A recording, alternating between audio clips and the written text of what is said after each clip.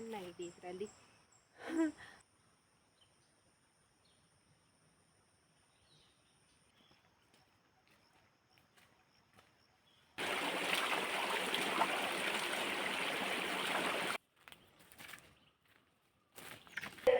ಸುಮಾರು ವರ್ಷದ ಡ್ರೀಮ್ ನಂಗೆ ಒಂದು LED TV ತಗೊಳ್ಬೇಕು ಅಂತ. ನಾನು ಮತ್ತೆ ಫಸ್ಟ್ ರೆಡಿ.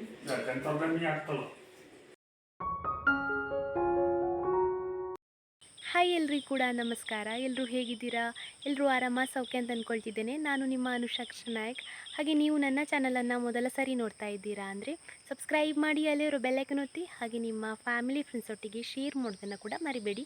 ಇವತ್ತಿನ ವ್ಲಾಗ್ ಸ್ಟಾರ್ಟ್ ಮಾಡುವ. Let's go. ಇವತ್ತಿಂದ ಸ್ವಲ್ಪ ಇಂಟ್ರೋದಲ್ಲಿ ಚೇಂಜ್ ಇರುವ ಅಂತ ಅಂದ್ಕೊಂಡು ಇದನ್ನು ಸ್ಟಾರ್ಟ್ ಮಾಡಿದ್ದೇನೆ.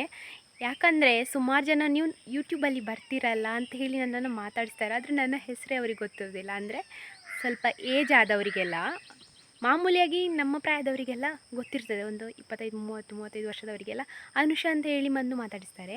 ಆದರೆ ಕೆಲವರು ಅದಕ್ಕಿಂತ ಜಾಸ್ತಿ ಇದ್ದವರು 60 ವರ್ಷದವರೆಲ್ಲ ಇರ್ತಾರಲ್ಲ, ಅವರು ಬಂದು ನಾನು ನಿಮ್ಮನ್ನು ನೋಡ್ತೇನೆ ಯೂಟ್ಯೂಬಲ್ಲಿ ಆದರೆ ಅಂತ ಹೇಳಿ ಬಂದು ಮಾತಾಡಿಸ್ತಾರೆ. ಅವರಿಗೆ ನನ್ನ ಹೆಸರು ಗೊತ್ತಿರೋದಿಲ್ಲ. ಅದಕ್ಕೋಸ್ಕರ ಇವತ್ತಿಂದ ಹೊಸ ಇಂಟ್ರೋ ಹೇಗೆ ಉಂಟು ಅಂತ ಕಮೆಂಟಲ್ಲಿ ಹೇಳಿ. ಹಾಗೆ ನಿಮಗೆಲ್ಲರಿಗೂ ಕೂಡ ಹೊಸ ಕ್ಯಾಲೆಂಡರ್ ವರ್ಷದ ಶುಭಾಶಯಗಳು. ಈಗ ಸುಮಾರು ಜನ ಹೇಳ್ತೀರಿ ನಮಗೆ ಯುಗಾದಿ ಹೊಸ ವರ್ಷ ಅಂತ. ಹೌದು, ನನಗೆ ಗೊತ್ತುಂಟು.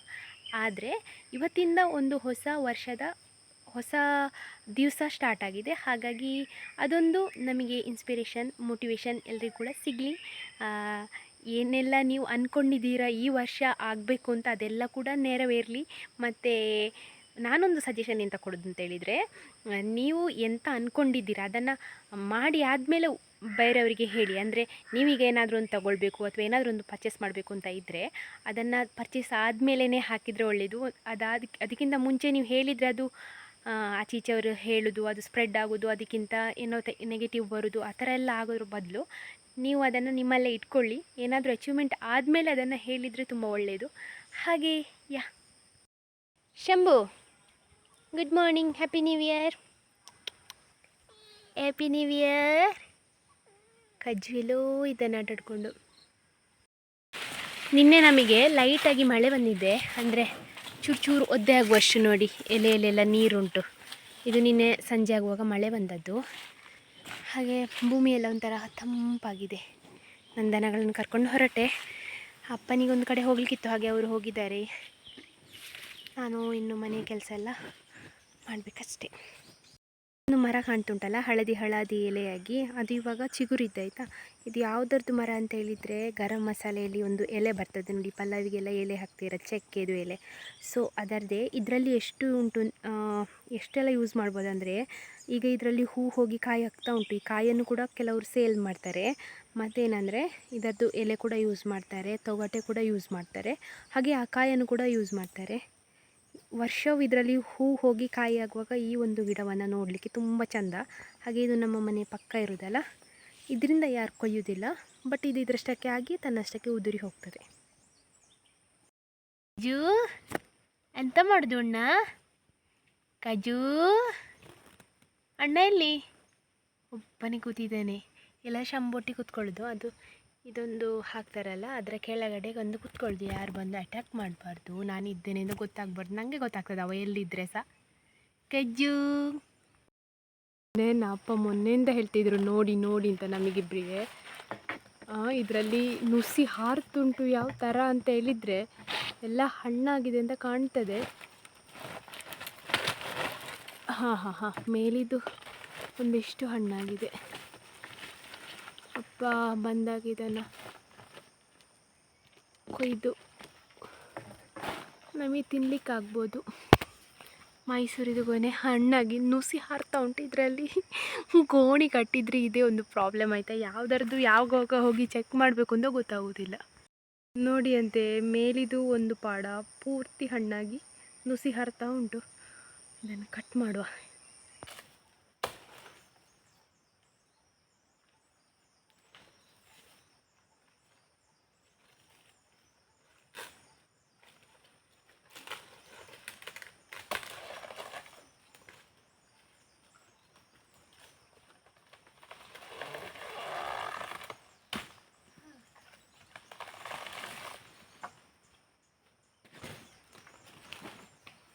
ನೋಡಿ ಎಷ್ಟು ಪೂರ್ತಿ ಹಣ್ಣಾಗಿದೆ ಇದರಲ್ಲಿ.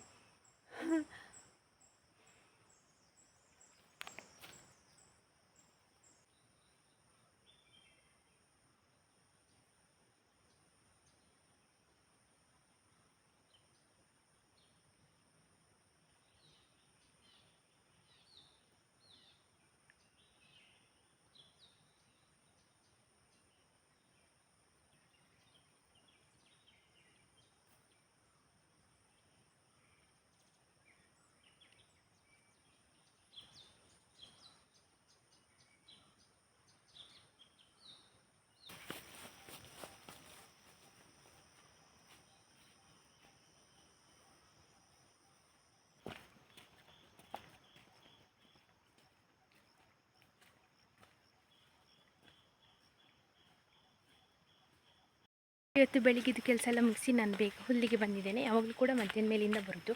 ಇವತ್ತು ಮಧ್ಯಾಹ್ನ ಮೇಲಿಂದ ನನಗೆ ಒಂದು ಕಡೆ ಹೋಗಲಿಕ್ಕುಂಟು. ಎಲ್ಲಿಗೆ ಅಂತ ನಾನು ಮತ್ತೆ ಹೊರಡುವಾಗ ಹೇಳ್ತೇನೆ. ಅದಕ್ಕಿಂತ ಮುಂಚೆ ನನಗೆ ಒಂದು ಕಟ್ಟ ಹುಲ್ಲಾಗಬೇಕು. ಮಧ್ಯಾಹ್ನ ಮೇಲಿಂದ ಆದರೆ ಗಡಿಬಿಡಿ ಆಗ್ತದೆ ಅಂತ ಹೇಳಿ ಈಗಲೇ ಒಂದು ಕಟ್ಟ ಹುಲ್ಲು ಮಾಡಿ ಕಟ್ಟಿಟ್ಟು ಹೋಗುವ ಅಂತ. ನೋಡಿ ನೀರು, ತೋಟದಲ್ಲಿ ನೀರು ಎಷ್ಟು ದೊಡ್ಡ ಕಣಿ ಉಂಟು ಅಂತ.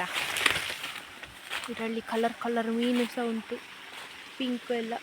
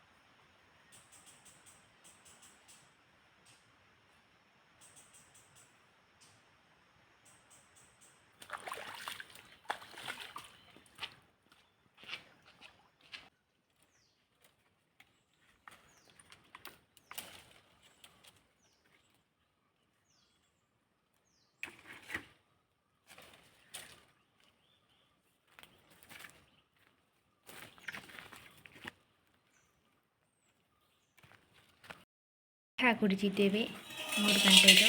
ಇವತ್ತು ಅಪರೂಪದವನಿದ್ದಾನೆ ಡಿಂಗ. ಮತ್ತು ಇದು ನಮ್ಮ ಶಂಭು, ಯಾವಾಗಲೂ ಚಾಕಿರ್ತಾನಲ್ಲ. ಟಿಂಕಿ ಕೂಡ ಯಾವಾಗಲೂ ಇದ್ದೇ ಹೇಳ್ತಾರೆ ಅಪ್ಪ. ಇವತ್ತು ಬಂದದ್ದು ಮಧ್ಯಾಹ್ನ ಆಗುವಾಗ. 2 ದಿವಸ ಆಯಿತು ಹೋಗಿ. ಪಾಪ ಅಂದರೆ ಪಾಪ, ಇವನಿಗೆ ರಿಂಗ್ ಇದ್ದಾನಲ್ಲ ಇವನ ಜೊತೆ ಅವನು ಹೊಡೆಯುವುದು. ಈಗ ಕಡಿಮೆ ಆಗಿದೆ. ಅಪ್ಪ ಹೇಳಿದದಕ್ಕೆ ಅಣ್ಣ ತಮ್ಮಂದಿಬ್ಬರು ರಾಜಿ ಆಗಿದ್ದಾರೆ ಅಂತ.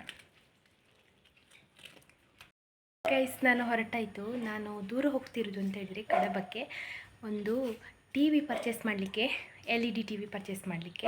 ಅಲ್ಲಿ ಅವರು ಗಣಿ ಸಿಗ್ತಾರಲ್ಲ, ಹಾಗೆ ಅವರೊಟ್ಟಿಗೆ ಅಲ್ಲಿಂದಲೇ ಬರುವಾಗ ಈಗ ರಿಕ್ಷಾಕ್ಕೆ ಹೇಳಿದ್ದೇನೆ. ಹಾಗೆ ಇಲ್ಲಿಂದ ಹೋಗಿ ಬರುವಾಗ ಅವರೊಟ್ಟಿಗೆ ಬರೋದು.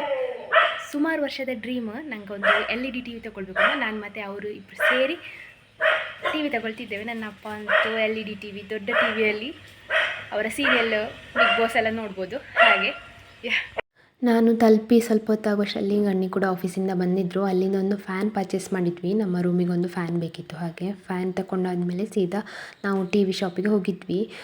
ಟಿ ವಿ ಶಾಪಲ್ಲಿ ಮುಂಚೆನೇ ಇವರು ಅವರಿಗೆ ಬೇಕಾದ ಟಿ ವಿ ಒಂದು ಸೆಲೆಕ್ಟ್ ಮಾಡಿ ಬಂದಿದ್ದರು. ಹಾಗೆ ಅದನ್ನು ಚೆಕ್ ಮಾಡಿ ಕರೆಕ್ಟ್ ಉಂಟಾ, ಎಲ್ಲಿಯಾದರೂ ಡ್ಯಾಮೇಜ್ ಉಂಟಾ ಅದೆಲ್ಲ ನೋಡಿ ಮತ್ತೊಮ್ಮೆ ಚೆಕ್ ಮಾಡಿಸಿ ಆನ್ ಆಗ್ತದೆ ಅಂತ ನೋಡಿ ಮತ್ತೆ ಅಲ್ಲಿಂದ ಪರ್ಚೇಸ್ ಮಾಡಿ ತೊಗೊಂಡು ಬಂದದ್ದು. ಹಾಗೆ ನಮಗೆ ಟಿ ವಿ ಮುಂಚೆಯಿಂದ ಸಹ ನಮ್ಮ ಮನೆಯಲ್ಲಿ ಡೂಮ್ ಟಿ ವಿ ಇದ್ದದ್ದು. ಹಾಗೆ ನಮಗೆ LED ಟಿ ವಿ ಬೇಕು ಅಂತ ಇತ್ತು, ಆದರೆ ತೊಗೊಳ್ಬೋದಿತ್ತು. ನಮ್ಮ ಮನೆಯದು ಪ್ಲಾಸ್ಟರಿಂಗ್ ಎಲ್ಲ ಆಗಿರಲಿಲ್ಲದಿಂದ ತೊಗೊಳ್ಲಿಕ್ಕಾಗಿರಲಿಲ್ಲ. ಇವಾಗ ಪ್ಲಾಸ್ಟರಿಂಗ್ ಎಲ್ಲ ಮಾಡಿಸಿ ಟಿ ವಿ ಇಡಲಿಕ್ಕೆ ಅಂತ ಹೇಳಿ ಬಾಕ್ಸ್ ಎಲ್ಲ ಮಾಡಿಸಿದ್ರಿಂದ ಈಗ ನಾವು ಟಿ ವಿ ಪರ್ಚೇಸ್ ಮಾಡಿದ್ದು. ಅದು ಕೂಡ ಹೊಸ ವರ್ಷಕ್ಕೆ ತಗೊಂಡಿದ್ದೇವೆ, ಅಂದರೆ ನೆಕ್ಸ್ಟ್ ಏನಾದರೂ ತಗೊಳ್ತಾ ಇರ್ತೇವೆ ಅಂತ ಹೇಳಿ ಏನೋ ಒಂದು ಇನ್ಸ್ಪಿರೇಷನ್, ಮೋಟಿವೇಶನ್ ನನಗೆ. ಹೊಸ ವರ್ಷದ ಮೊದಲ ದಿವಸವೇ ತಗೊಂಡಿದ್ದೇವೆ. ಹಾಗೆ ಇನ್ನೇನಾದರೂ ಹೊಸತು ಬರ್ತಾ ಇರಲಿ ಅಂತ ನನಗೆ ನೀವು ಬ್ಲೆಸ್ ಮಾಡಿ, ನಿಮ್ಮ ಆಶೀರ್ವಾದದಿಂದಲೇ ಇದನ್ನು ತಗೊಂಡಿದ್ದೇನೆ ಅಂತ ಸಹ ಖುಷಿಯಲ್ಲಿ ಹೇಳ್ತಾ ಇದ್ದೇನೆ.